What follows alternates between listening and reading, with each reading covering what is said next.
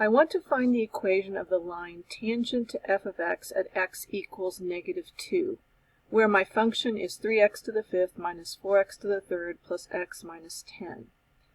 Now to find the equation of a tangent line, I need to know two things. I need to know the point of tangency, where the graph actually touches the line, and I also need to know the slope of the line. Now we note that the slope of the tangent line is the derivative.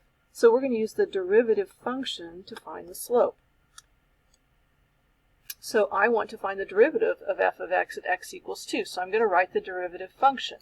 F prime of x is 15, 3 times 5, 15x to the fourth, lower the exponent by 1, minus 4 times 3, 12, lower the exponent by 1, x squared, plus, bring the 1 out, and then lower the exponent by 1. 1 times x to the 0 is 1. And remember, the derivative of a constant is 0.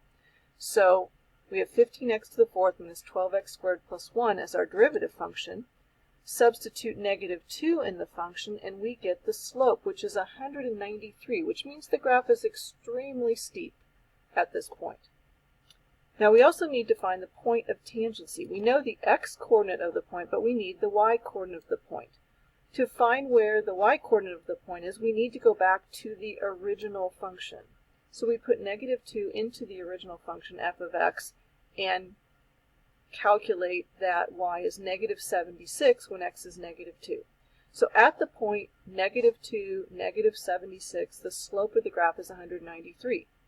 So I'm going to use those three numbers then to find the equation of the line. So using y equals mx plus b, where m is 193 and x is -2 and y is -76, I substitute -76 for y, 193 for the slope, -2 for x, solve it for b. I end up with b is equal to 310. So this is a really crazy equation. This has a slope of 193 and a y-intercept of 310. So we usually kind of confine ourselves to sort of nice little functions that are close to the origin, but this one is not. So I am going to show you a picture of this on Desmos, just to show you that it actually is correct.